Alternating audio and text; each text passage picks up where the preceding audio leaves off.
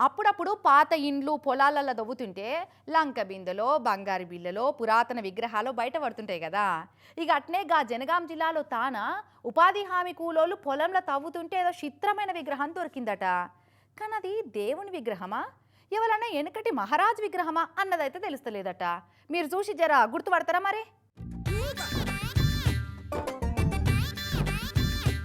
ఇగో ఇదే తవ్వకాలలో బయటపడ్డ విగ్రహం.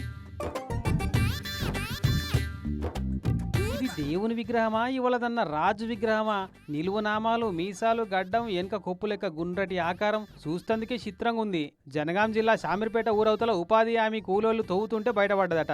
అధికారులకు చూపెడితే పరీక్ష బట్టి చూసిరు కానీ వాళ్ళకు కూడా అర్థం కాలేదట ఎవరి విగ్రహం అనేది. మధ్యయుగం నాటి విగ్రహం అయి ఉండొచ్చు అనుకుంటున్నారట ఇసొంటి విగ్రహాల మీద పరిశోధనలు చేసే చరిత్రకారులు కొంతమంది. ఈ విగ్రహం దొరికిందంటే ఈడిటనే ఇంకేమన్నా విగ్రహాలు, నిధులు, నిక్షేపాలు కింద దొరుకుతాయి కావచ్చు అని గుసగుస పెట్టుకుంటున్నారట ఊరోళ్ళు కూడా. ఏమో ఉన్నా ఉండొచ్చు. గా నడమ అదే జనగాం జిల్లా పెంబర్తికాడ ఒక ఆయన పొలం జేసీబీతో దున్తుంటే లంకి కింద బయటపడ్డది. ఈడ కూడా గట్లనే ఉండొచ్చు అని అనుకుంటున్నారు. అదేమో గాని అరచేతుల పట్టేటంత సైజులో చెక్కిన ఈ విగ్రహం ఎవరితో గాని తీర్చిదిద్దినట్టు ఎంత ముద్దుగా చెక్కిర్రో చూడు వెనకటి శిల్పకారులు.